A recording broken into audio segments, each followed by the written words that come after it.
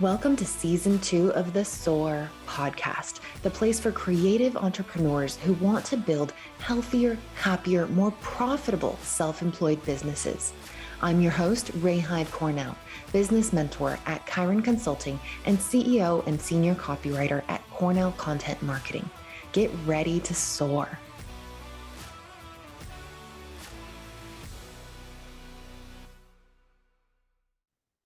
Welcome to the Soar podcast. On today's episode, we have our very first repeat guest, back by popular demand because she is just a wealth of knowledge, especially in the legal arena. We have Taylor Tomanka.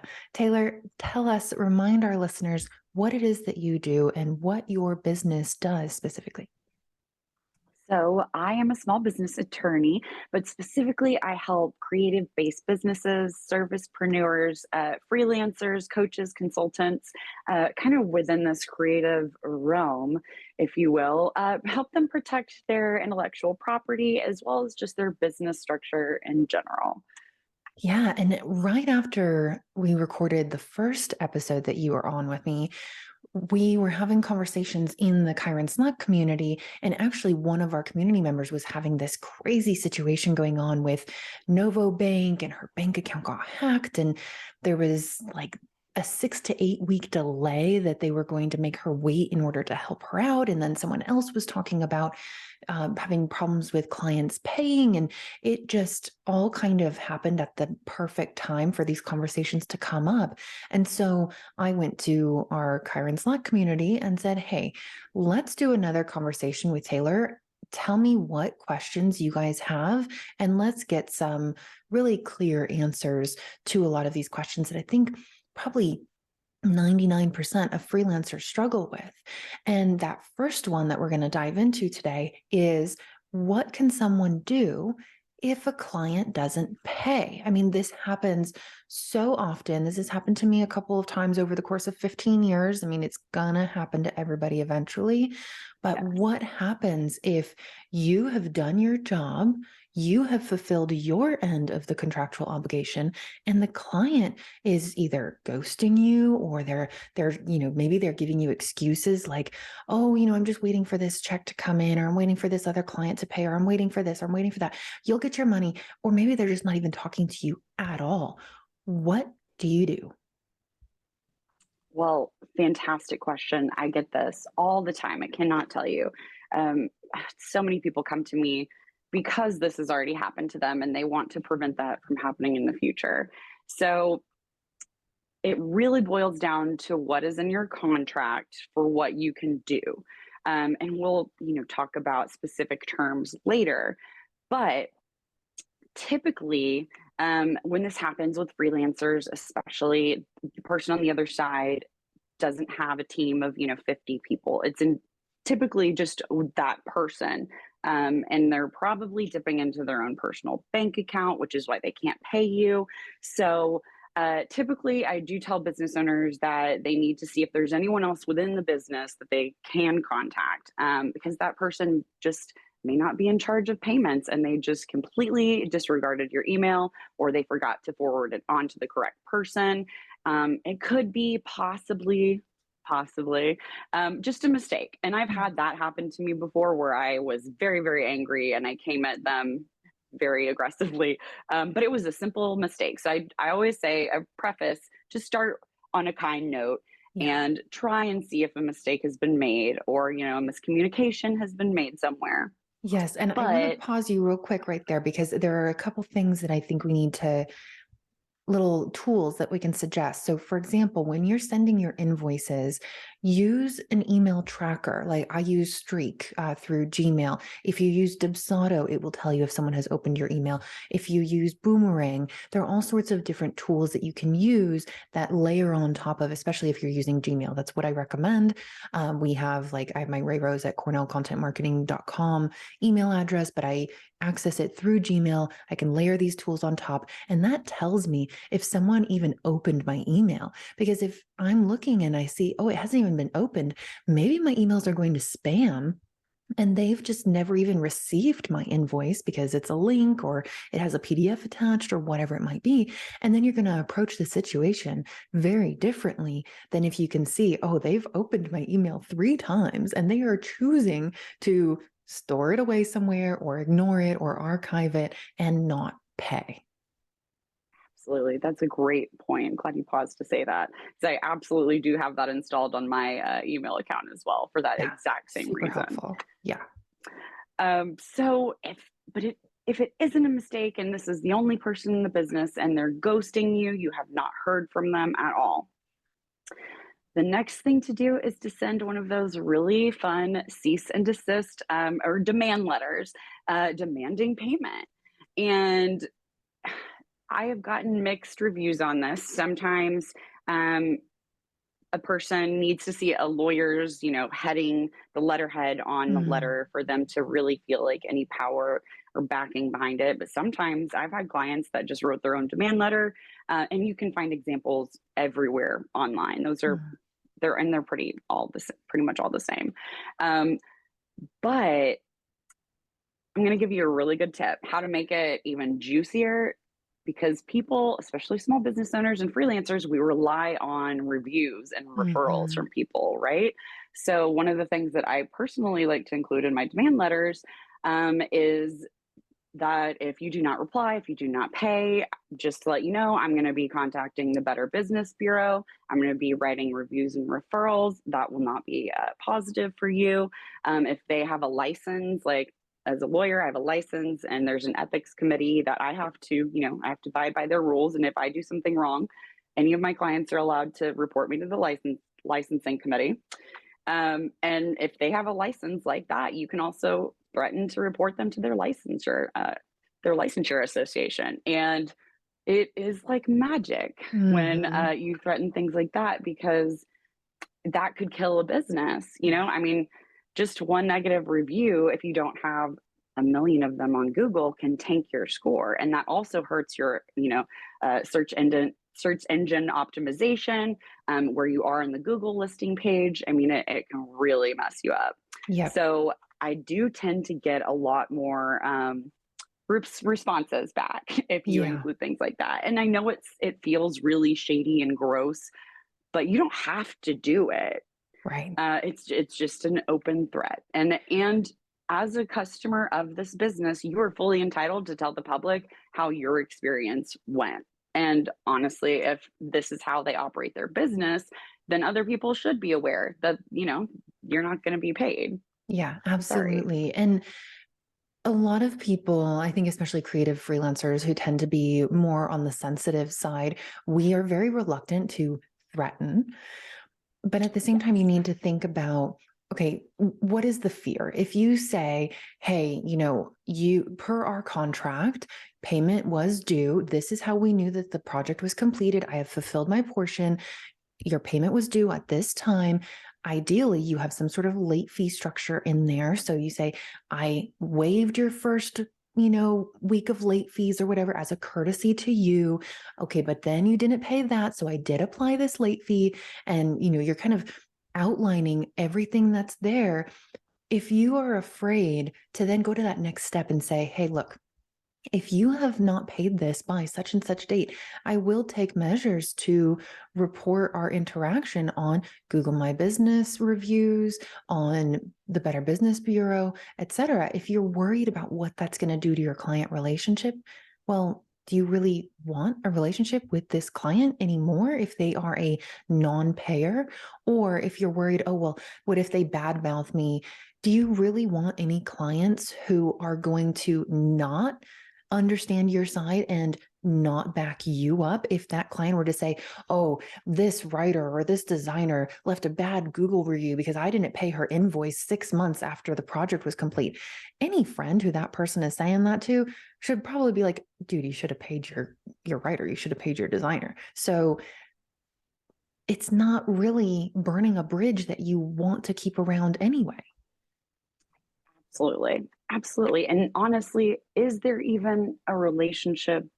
Does it even exist anymore if Yeah. they are just ghosting you and non communicative? I mean, it's pretty one sided at that point already. Yeah. I do understand, sometimes there are very, very small, maybe like a local community where you really don't want that person to go badmouth you. Hmm.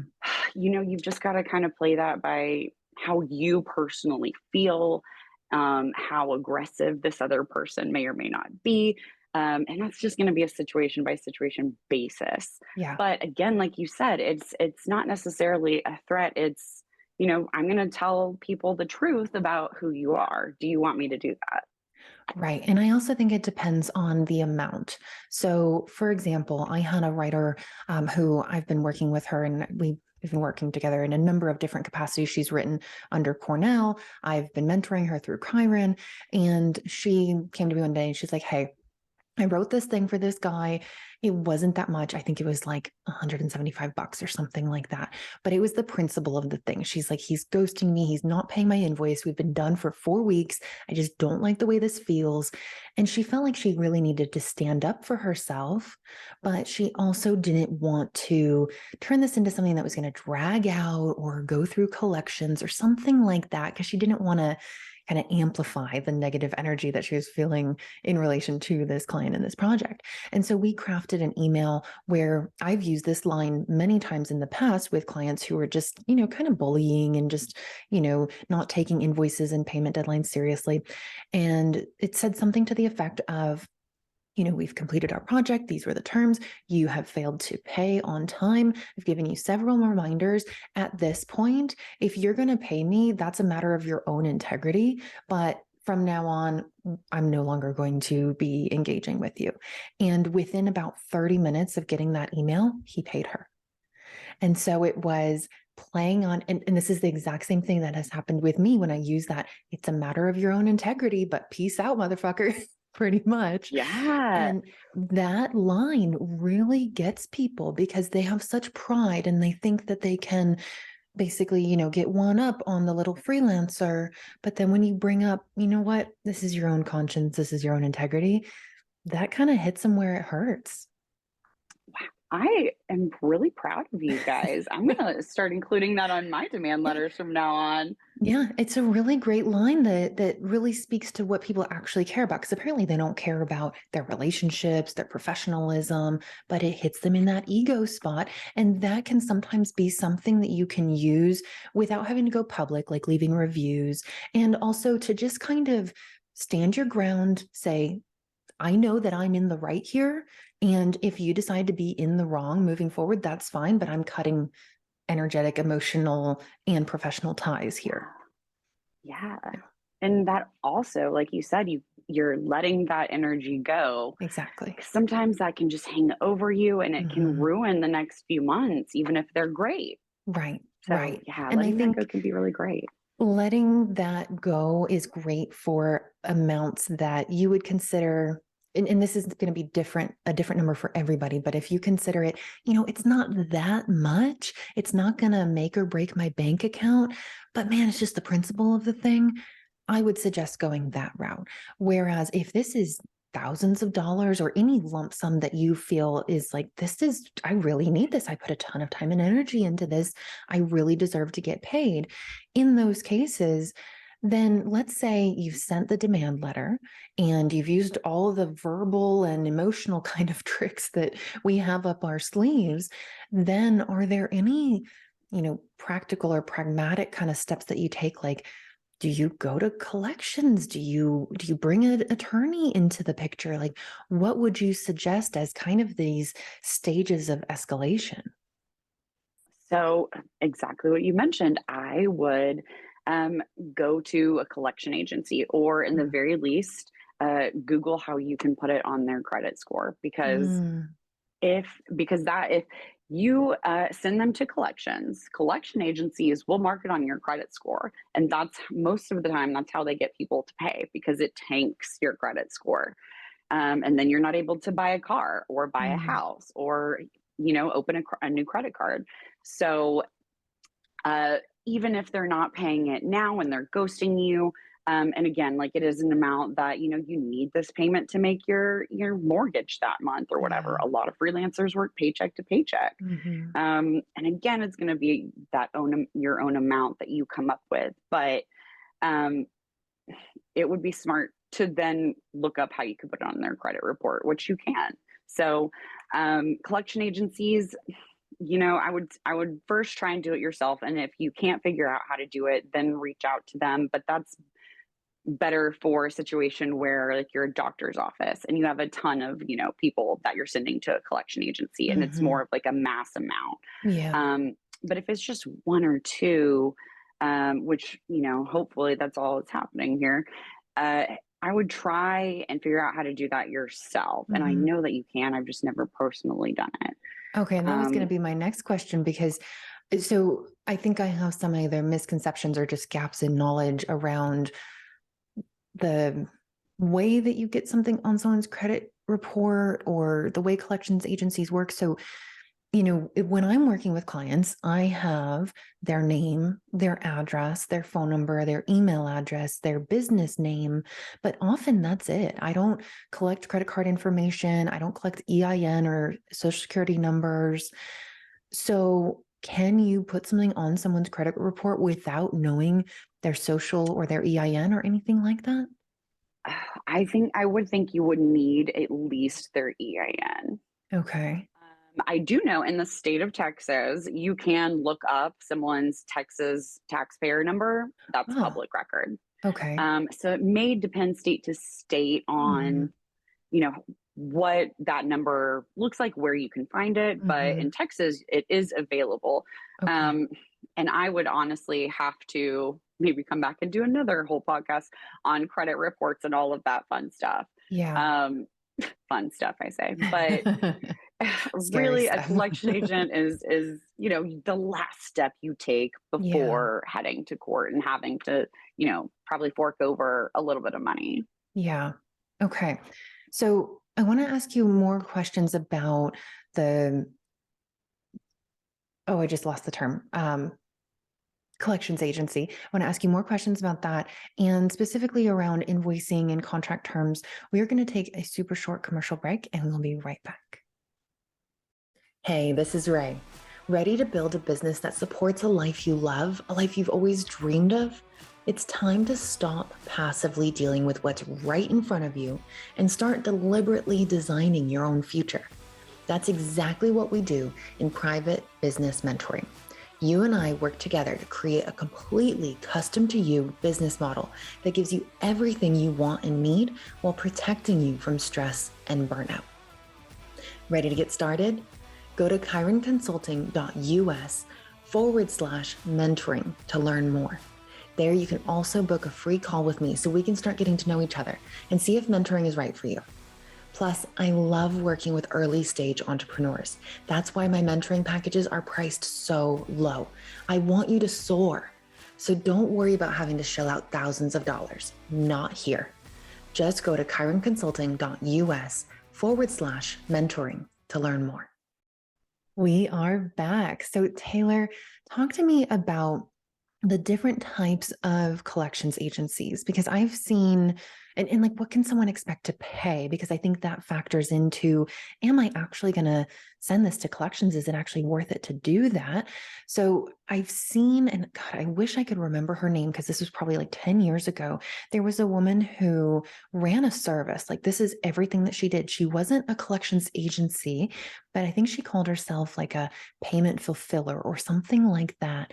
Okay. And she basically did what a collections agency does, but she would charge, I think it was 25 or 30% of the invoice that she was collecting. So if she's collecting $10,000, she will keep 2,500 to 3,000, which that's a pretty significant chunk. If you're expecting an invoice for $10,000 and you only get 7,000, yes, that's better than nothing, but there's going to be that threshold of, is this worth all the time and hassle? So is that kind of the normal pricing model with collections agencies? And what have you seen in your experience? In my experience, it unfortunately is pretty typical. And I've seen 10 to 30. It will depend on the agency itself and how big and Mhm. small or big or small it is.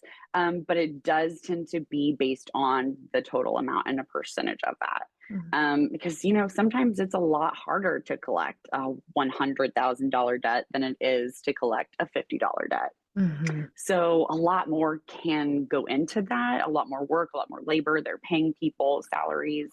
Um, so, and also they love to make money. They're a collection agency. Yeah. Um, I don't know about like an individual person doing, and because again, the laws vary from state to state.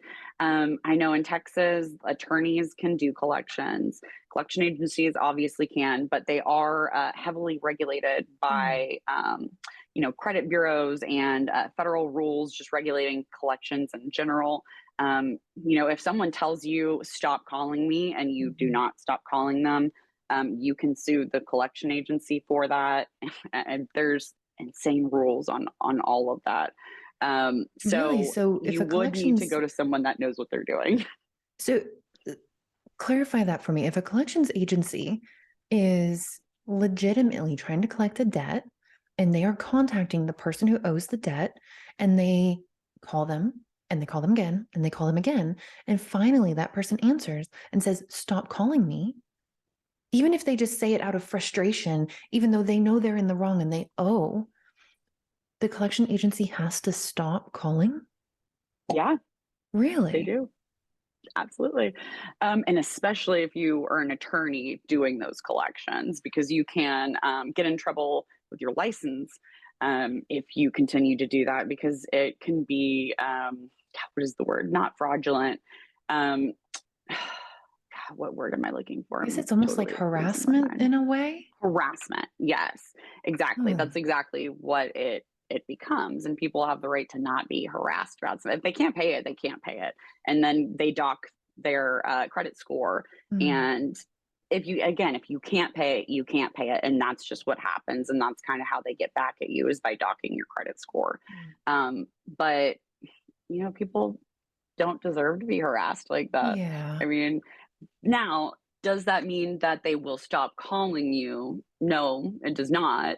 Okay. Because, like, think if they have a 500-person collection agency, Mhm. it really is going to depend on that individual person writing down in their notes, this person said, do not call them anymore. And I then it see. takes, that piece of paper going up into, the record keeping office where it's all logged. And Mhm. did that even happen? And then if you do say this escalates and you sue them, you also need to then collect the recording of of you telling them that you Mm. said stop calling me.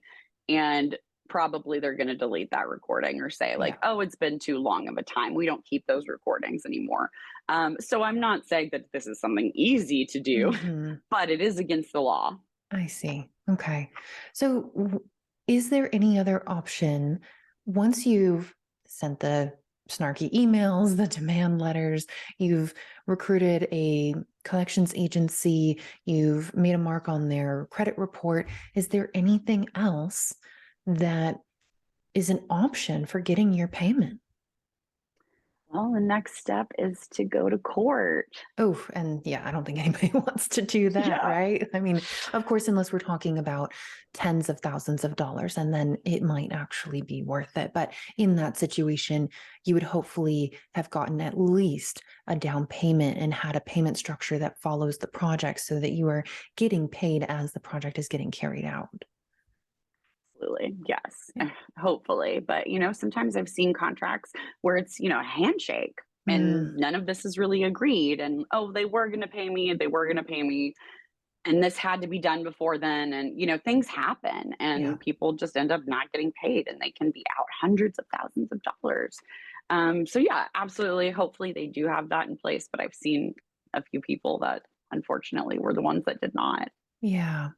So, what would you suggest? Like in a perfect world, what would you recommend that freelancers and creative business owners use as their payment schedule, payment terms in order to avoid the issue of non payment? Fantastic question.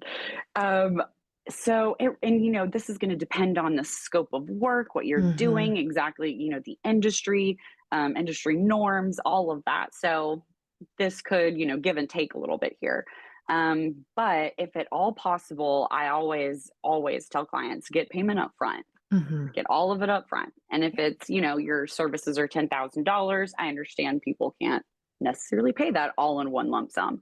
But lay out installment payments. Yeah. And not only that, you need to have them sign a credit card authorization form so that Mhm. you can auto charge those amounts on whatever specific days that you agree to. Yeah. So that way you are kind of essentially double covered because you have it all laid out in your contract terms. And then you also have the credit card processing system automatically deduct that money out Mhm. of their account. And then, obviously tell them ahead of time. I would also send out follow up emails saying, like, hey, within the next 24 hours, we're going to charge your account this amount because of our Yeah. agreement. I do suggest telling people, especially other freelancers or small business owners, that ahead of time, because sometimes, they may need to move a little money around and they forgot. So they need to have a few hours of time to be able to get you that money. And you want them to be able to do that. So I suggest always telling them that. There's always your late payments and your Mhm. penalties, of course. But, people, if they're ghosting you and not paying you, they're not going to pay fees and penalties either, right? Right. And it really So depends on the situation in which they're not paying. So, for example, I had a client for 2.5 years that I was doing blog content for who they had a monthly invoice. It was a pay in full at the beginning of the month sort of arrangement. I would send the invoice a week or two before our contractual month start. And then their invoice was due on the first day of our contractual month. And then we'd do services for a month. At the end of that month, I'd send the invoice for the next month and so on. And I have a standard, I've had this in my contracts for years and years and years. I have a standard late payment fee of 5% for every week, and that 5% compounds. So if their invoice is $1,000 and I charge them a 5% late fee, that's what, $50. And then on the next late fee, it's 5% of $1,050. And so that late fee keeps increasing over time. But I've had to enforce that maybe 4 times over the course of 15 years. And typically, what I would do is when I have this client who, I had this client who would just every month always pay late. Let's say their bill was due on the 1st. Sometimes they wouldn't pay me until the 22nd when I'm getting ready to send out their next invoice. And so oftentimes I would say things like, hey, we have this late fee clause in our contract. I've done you a courtesy and waived it for the last 3 months, but I'm not going to be able to continue doing that. And it was then, this was like 8 months into our working relationship, then they finally started paying on time. And it's sometimes, I think in that situation, the late payments were coming just because the guy I was invoicing was the head of the company. He was the head of hiring, the head of payments, the head of everything, designing the business, growing the business, getting investors. He was the head of everything. And so he just, these little things kind of fell by the wayside. He's like, oh, right, pay the blogger. I'll do that later. I'll do that later. And so just kind of having that nudge and saying, look, I have not enforced this late fee against you for months. Can you please just pay me on time for the love of God? And yes, right. it sinks in because then they realize, oh shit, she's actually been doing me a favor. Yep, let me get on that. Yes. And there's something to be said, about what is the saying? You kill more flies with vinegar than sugar, like you being nice really gets you pretty far sometimes. Yes. There are Yeah. times when you have to be mean, but I always try and start off on a nice foot Yeah. and see where that can get you.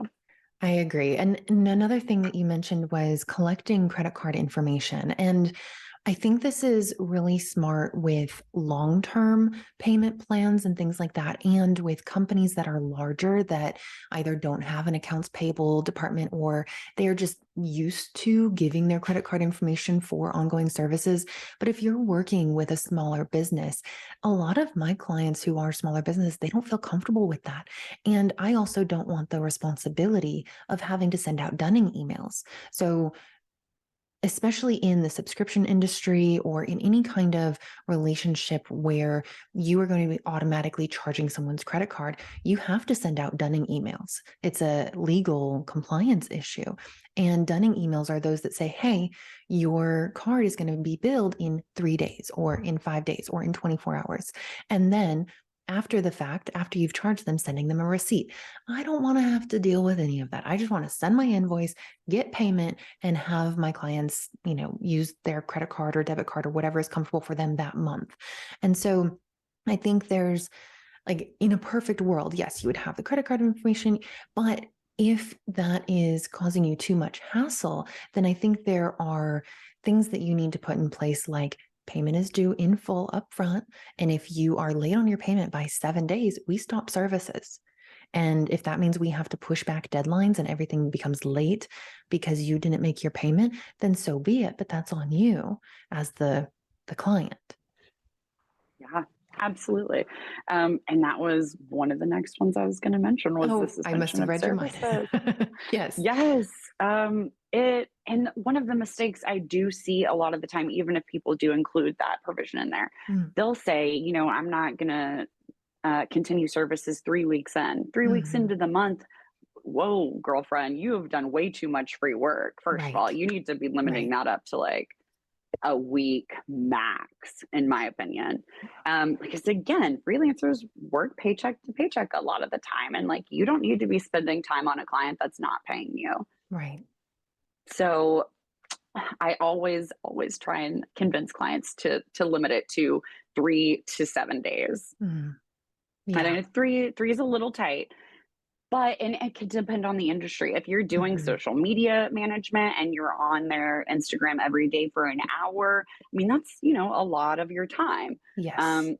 Something where the first 3 days of the month you're doing a lot of work, then that would make a lot more sense than maybe something that you're only sporadically doing work for them through the month. But Right. 3 to 7 days is really all I would get them because you are a small business owner too. You have to protect yourself.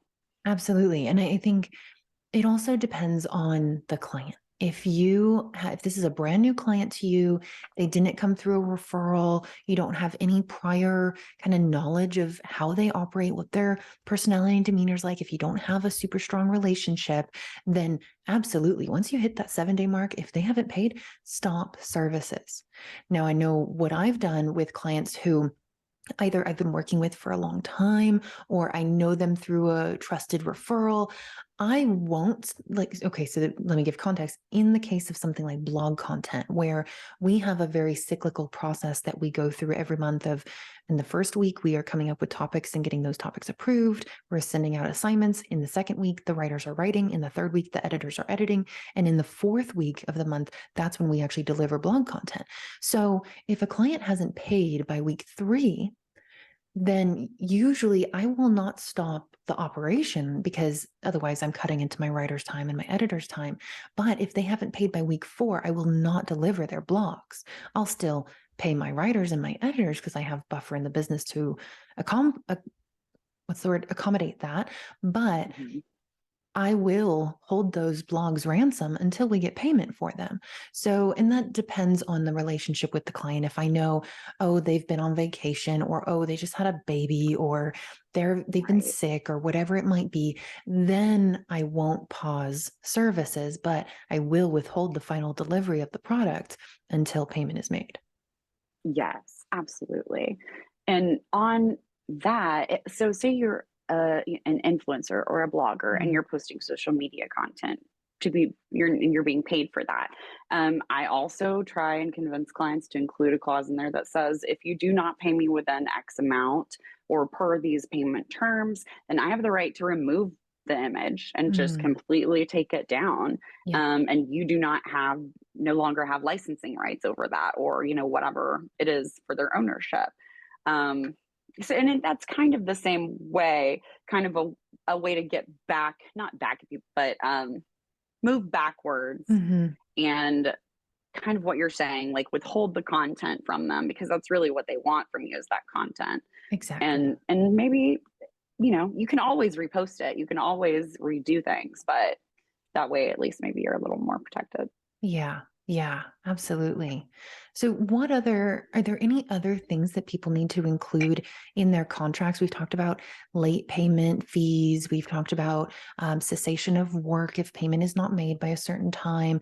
We've talked about, I think actually this was in the last episode that we did together. You mentioned stipulating where will litigation take place will it be in your state? What state will it be in? Having those things in your contract. Anything else that we need to make sure is in our service agreements to protect us as much as possible with regard to payment? Yeah. So this is maybe more protection of like your services, but your services are what you're paid for. So Mm. um, I like to include a communication clause in the contract that says, and again, it varies business to business, but if you are a social media manager or strategist and you're posting content on a very regular basis, I put in there that if you do not communicate with me if you do not approve of these images within 48 hours or whatever amount of time you want, then you essentially are giving me the approval and I Mm. can move forward on that so that you are not stopped from doing your job just because of the CEO was busy that day, which I totally understand happens. And people can always remove something if there was an egregious something posted. But most of the time, you can edit the caption. You can edit most of what's posted on social media these days, Mhm. anyway.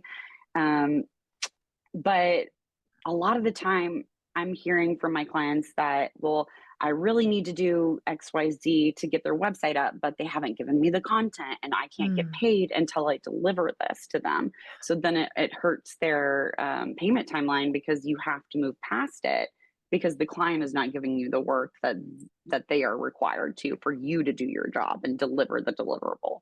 Yeah. And I think that's why it's really important to, if you're doing a big project like a website, I think it's really important to match the payment installments with your project plan. So let's say you're getting $9,000 for a website and you're doing the copy, the design, and the development. Like this is what we do within Cornell. So I'm just going to use this as an example, but normally people would just be doing just the copy or just the design or just the development. But if you are an agency, I would suggest when you're doing the copywriting, you get that first $3,000 payment. And then in order to begin the design portion, you get that other $3,000 payment. And then in order to begin the development process, you do another $3,000 payment. And that way, if payment stalls at any time, you've been paid for the chunk that you've done. And if they haven't paid for the next chunk, well, that's okay because you haven't started that yet. Yep. But you're still paid for that part that you've done. Yep. Exactly. Exactly. Yeah. Yeah. So, a lot of what we've talked about, we've said it depends and it depends on your relationship and it depends on the circumstances. It depends if they've opened your email. There's a lot of emotional intelligence that goes into knowing how to handle a client who is not paying. What have you learned? And this is outside of the black and white legal arena or, contracts, but what things have you learned in that emotional intelligence arena that have helped you either collect payment yourself or helped your clients collect payment? That is a really good question. Because I do feel like so much of what I do is being like a counselor in some way and Mhm. kind of just, people like to play ideas off of me and get my opinion on things. So I think first, just listening, fully listening, not just, okay, I hear what you're telling me, but like take notes, ask questions, ask open ended questions to really dive deep into what it is that they want. Because just take legal, for example. People come to a lawyer and they really don't know exactly what they want because they don't know how the law works. Hmm. So I have to ask specific questions to figure out, like, okay, so does this person have standing? Do we need to file in this county or this county? So there are specific questions that I need to know and dive into, but I try not to be so heavy handed on the questions. I try Mhm. really to be very open ended and let them talk and it be more of like a dialogue than an investigation. Yes. Um, Yeah. And it's really about how you make people feel. If you make them feel like they're being interrogated, they're going to put walls up. They're going to back themselves up against a wall and they're going to just not cooperate. And ultimately, what we want when we're trying to get paid is we want cooperation. We just want cooperation, respect, and acknowledgement of our work. That's it. Yes, absolutely. Absolutely. Yes. So by starting that relationship and having that foundation, you can build from there. Open communication is incredibly important. I have found, even with legal mistakes, because mistakes happen, people are more likely to react better the quicker you tell them what happened. Hmm. So if you accidentally make a mess and you mess something up, and it happens, we are human, we are flawed. You need to immediately pick up the phone and personally call that client and tell them what happened. And honestly, in my experience, if I do that and then I'm not waiting a week, because people will find out how soon you figured this out. If I do that immediately and say, I am so sorry, I deeply apologize, this is my fault, this is my responsibility for you. But here's what I'm going to do, XYZ, and this is how I'm going to fix it, and I'm not going to charge you for this fix. They are immediately totally fine. Yeah, you're back on Totally the same fine with the page. mistake. Yeah. Yeah. And again, it's how you treat your relationship, the respect that you give them, Mm. and being transparent with information. Yeah, because it really goes both ways. I mean, in this conversation of how do you get clients to pay when they don't want to pay, it's very easy for us to say the client is the one in the wrong, the client is the one doing something. But oftentimes, clients will be hesitant to pay or just decide not to because they feel like you did something wrong. And so if you Mhm. come to the conversation in a, hey, talk to me, what's going on? Is there something that I missed? Did I drop the ball? Did you not like the finished product? If you come to that conversation in a kind of symbiotic problem solution sort of relationship, usually you can get on the same page and then they will be willing to compensate you because you've heard them out and you're satisfying them in the way that they really need to be satisfied in that business relationship.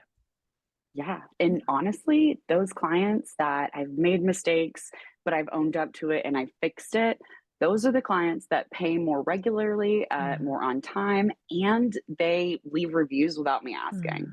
mm. Oh, yeah. Yeah, and what they'll comment about in the review is that, she was very honest and trustworthy, like, because being a lawyer, trust, and not a lot of lawyers are trusted. The industry is not trusted, right? So Yes, trust is a huge exactly. deal.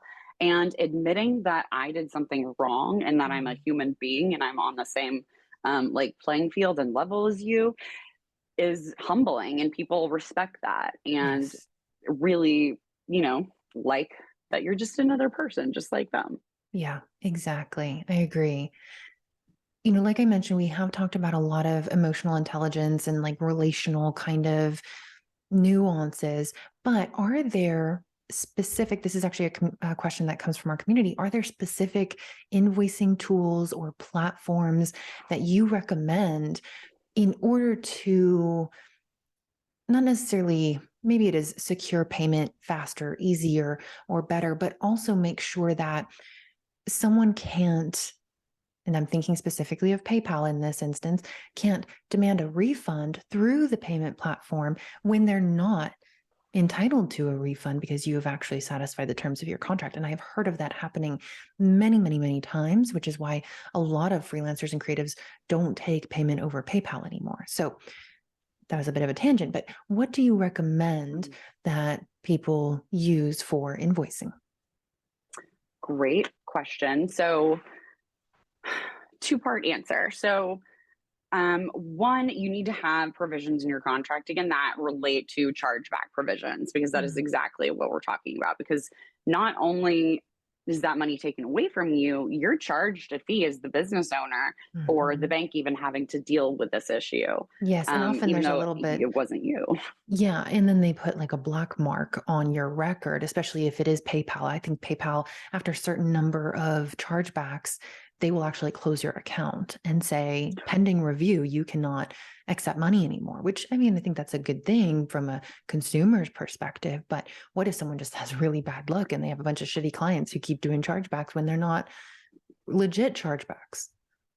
Yes. And I actually had a client come to me specifically for this a few weeks ago. She is a custom wedding dress designer. Mm. And some clients would get their custom to their measurement wedding dress and then just like do the chargeback and take it. No. Yes. And when it is done on a purchase that is, $5,000, Yeah. the chargeback fee is very large, Yeah. because it's a percentage of that amount. So, Mhm. and this was happening again and again. And like, sure, there's people that are committing fraud, but and the auto charge comes back into play on this. I know people don't like it, but you can have a provision in there that says if you do a chargeback, then I'm going to automatically charge you for the investigation fee, and like you can write in a flat fee. Then I also write in an administration fee that's based off a percentage of their total payment amount, so that Mm. you are in the very least are getting that amount of money. And if they just straight up steal the dress from her, then she can charge them the full amount on their credit card. Good.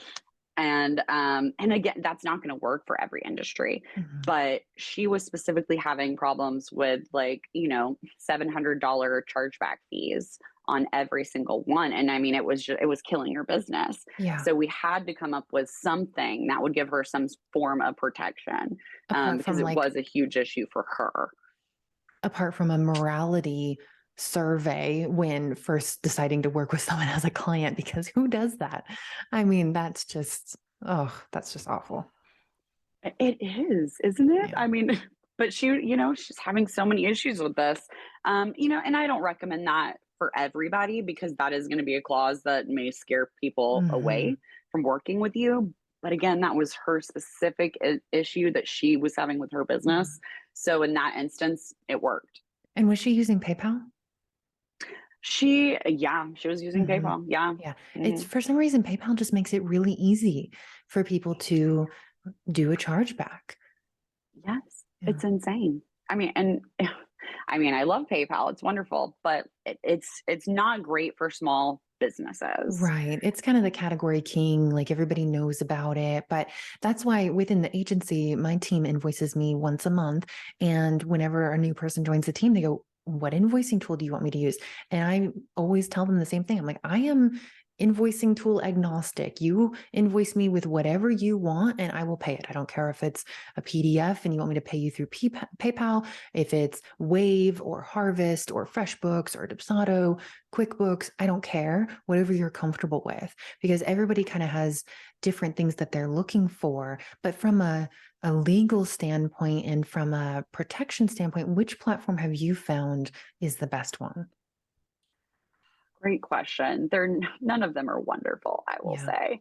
I will say if you are a freelancer, which I know the community is, um, Fiverr and Upwork, they Mhm. actually provide payment protection programs.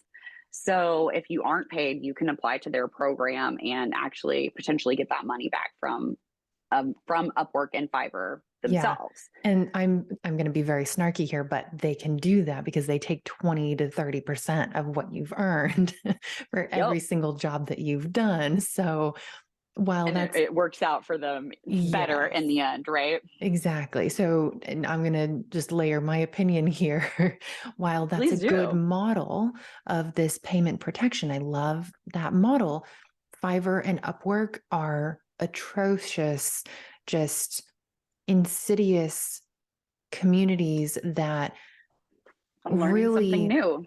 yeah, they just chip away at the self-worth of creatives. And it's a bid to the bottom sort of economy. It is very prone to, this is a strong word, but predatory relationships between clients Mm, and creatives, because clients are looking for the cheapest service provider and they want it done right away and they want it done perfect. And they don't understand that the vast majority of the people who are able to charge that little that will satisfy their meager budgets are right. either in third world countries where they don't make very much, or they're people who just start out and who don't really know what they're doing or how to price themselves. And in either way, they're going to end up with a product that maybe is not as great as they would have received if they paid someone more because these people are burnt out having to do $50 blog posts and they're only getting $35 at the end of the day once Upwork or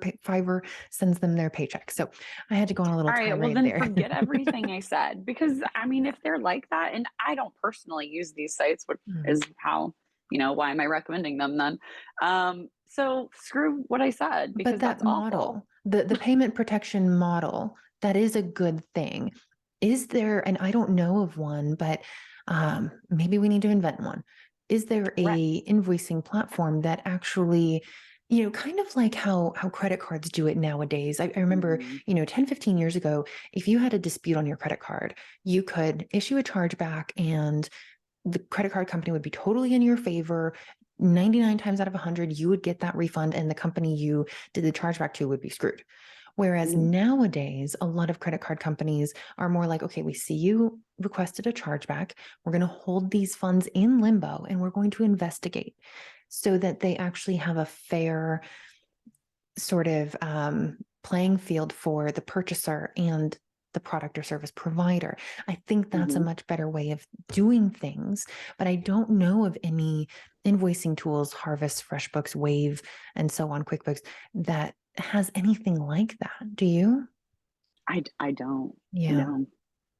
All right. I wish I did. Freelance Maybe we community. should invent something. Yeah. Maybe we're onto something here, guys. Who is technologically inclined? Who can create some sort of software SaaS product that solves this very real pain point for creatives? Because I will fully endorse your platform. Same. Yeah. Well, is there anything? I mean, we talked about a lot today, from contracts to the way you can email clients, little, one of my clients likes to call these ninja mind tricks that you can use to Yeah. get clients to pay what they legitimately owe you. Is there anything else that you want our listeners to know about getting clients to pay when they won't? Just one last thing. If you cannot get them to pay you and no method has worked and it's not worth it to go to court over, then I would contact your accountant Mm, because if you use accrual based accounting methods, then you can actually write bad debt off as and a that can be loss. deducted from your taxes. So, in the very Mm. least, if you're not paid for it, you can deduct it and I mean, it's not the same as being paid, but in the long term run of things, it's a washout. Mhm. Yeah, it can at least, because typically when you're providing a service, you want profit. And so ideally, the amount of time that something takes you should be less in terms of a monetary comparison than what you're actually billing the client. And so if you can do that tax write-off, write it off as a loss, then maybe you break even, maybe, in the grand scheme of your taxes and your totals and what brackets you fall into and all the shenanigans of I taxes. know. So yeah, I think that's a brilliant idea. I had completely forgotten about that. Yeah, I do it with my clients that Yeah. don't pay me in my family law firm that are out, and I don't do it for every client. But if you owe me $4,000, I might write that off. Yeah, absolutely. I think that's only Yeah. smart. Yeah, because Right. you've put in the time and resources, especially if you're doing something like for designers who purchase fonts on behalf of their clients or maybe purchase stock photos on behalf of their clients. If you are out any overhead for that project, that is definitely a tax write-off. Yeah. Yeah. Absolutely.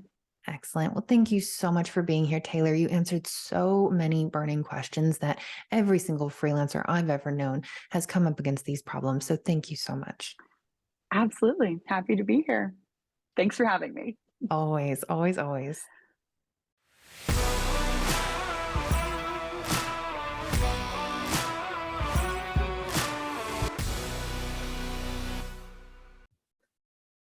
Hey, Ray here again. Thanks for listening. If you liked this episode, please subscribe and rate us in your favorite podcasting platform. Want to be a guest on the show or know someone who has an amazing story of entrepreneurship? Apply on our website at chironconsulting.us/podcast.